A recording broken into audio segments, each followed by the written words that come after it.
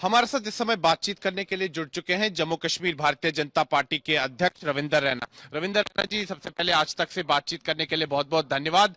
लोकसभा चुनाव का शंखनाद होने जा रहा है। चुनाव आयोग जो है लोकसभा चुनावों की जो तिथियां हैं उनकी घोषणा करने वाला है, क्या कहेंगे आप? जनता पार्टी के कार्यकर्ता चुनाव आयोग घोषणा का इंतजार कर रहे हैं। करोड़ों भारतीय जनता पार्टी के कार्यकर्ता पिछले 2 वर्षों से लगातार गांव-गांव, शहर-शहर, घर-घर जाकर जनमानस के साथ संपर्क कर रहे हैं। घर-घर जाकर करोड़ों भारतीय जनता पार्टी के कार्यकर्ता देश हित और लोगों के हित, समाज के हित के लिए किस प्रकार मोदी साहब ने कार्य किए हैं उसकी चर्चा कर रहे हैं और हम बेसब्री से इंतजार कर रहे हैं चुनाव आयोग का जो भी घोषणा होगी।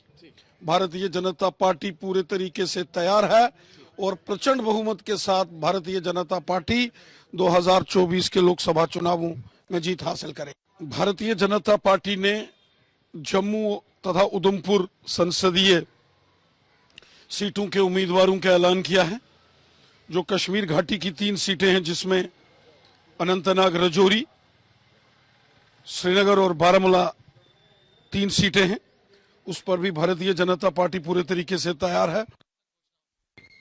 पार्टी सेंट्रल इलेक्शन कमेटी जो है उसको फैसला लेगी। भारतीय जनता पार्टी के कार्यकर्ता लगातार जनता के बीच काम कर रहे हैं और जिस प्रकार मोदी साहब की सरकार ने जम्मू कश्मीर के अंदर अमन, खुशहाली, भाईचारा मजबूत किया है और डेवलपमेंट लाई है, प्रचंड बहुमत के साथ बीजेपी जम्मू कश्मीर में जीतेगी और जम्मू कश्मीर में भी कमल का फूल यकीनन खिलेगा। पार्टी का अध्यक्ष होने के नाते से मेरी जिम्मेवारी है कि 5 की 5 लोकसभा सीटें हम जीतें। ये फैसला पार्टी का शीर्ष नेतृत्व का, मैं पार्टी का कार्यकर्ता हूं, समर्पित कार्यकर्ता हूं। जो निर्णय पार्टी लेती है उसका अक्षरशः पालन करना हमारा नहीं। देखिए मैं जम्मू कश्मीर की 5 लोकसभा सीटों के ऊपर फोकस कर रहा हूं। ये सीटें हम जीतें, ये मेरी जिम्मेवारी है। ये मुझे 7वां वर्ष है पार्टी के अध्यक्ष के तौर पर।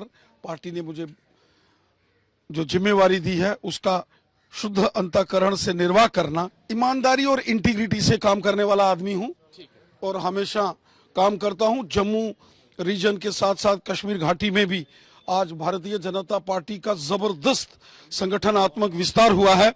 बीजेपी का कश्मीर में भी आज जो है वो बोलबाला है। हम सब ने मेहनत की है, कार्यकर्ताओं ने मेहनत की है और मुझे यकीन है बीजेपी का कमल का फूल कश्मीर में भी लोकसभा चुनाव में खिले। जो भी निर्णय चुनाव आयोग करेगा बीजेपी तैयार है। अगर लोकसभा चुनाव होते हैं उसके लिए भी तैयार हैं। लोकसभा के साथ साथ विधानसभा के चुनावों का ऐलान अगर चुनाव आयोग करता है तो भारतीय जनता पार्टी पूरे तरीके से तैयार है।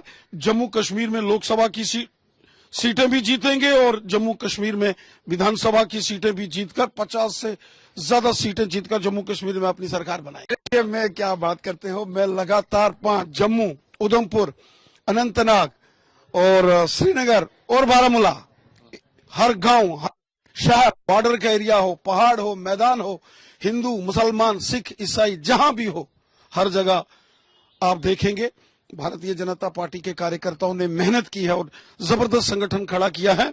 इसीलिए तो अक्सर दिल्ली में भी माननीय प्रधानमंत्री जी, माननीय गृह मंत्री जी, माननीय राष्ट्रीय अध्यक्ष जी सब जम्मू कश्मीर के संगठन विस्तार और संगठन के कार्यकर्ताओं की मेहनत का अक्सर जिक्र करते हैं। माननीय प्रधानमंत्री मोदी साहब का नारा है सबका साथ, सबका विकास, सबका विश्वास, और वही आपने ग्राउंड के ऊपर ये सारे फैसले लागू होते हुए देखे हैं। मोदी साहब ने जम्मू कश्मीर में सबसे बड़ा काम, पहला काम किया जो गुजर बकरवाल कबीले के लोगों को अधिकार दिए और उसके बाद पहाड़ी कबीले के लोगों को उनके अधिकार दिए। किसी के कोटे से कोई छेड़खानी नहीं की गई है। यहाँ के कुछ राजनीतिक दलों के नेताओं ने गुजर बकरवाल समुदाय के लोगों के अंदर एक डर पैदा करने की एक साजिश और कोशिश कुछ राजनीतिक दलों के नेताओं ने की थी, लेकिन मोदी साहब ने, अमित शाह साहब ने कहा था कि आप विश्वास रखिए गुजर बकरवाल के कोटे से छेड़खानी नहीं होगी, और वही हुआ।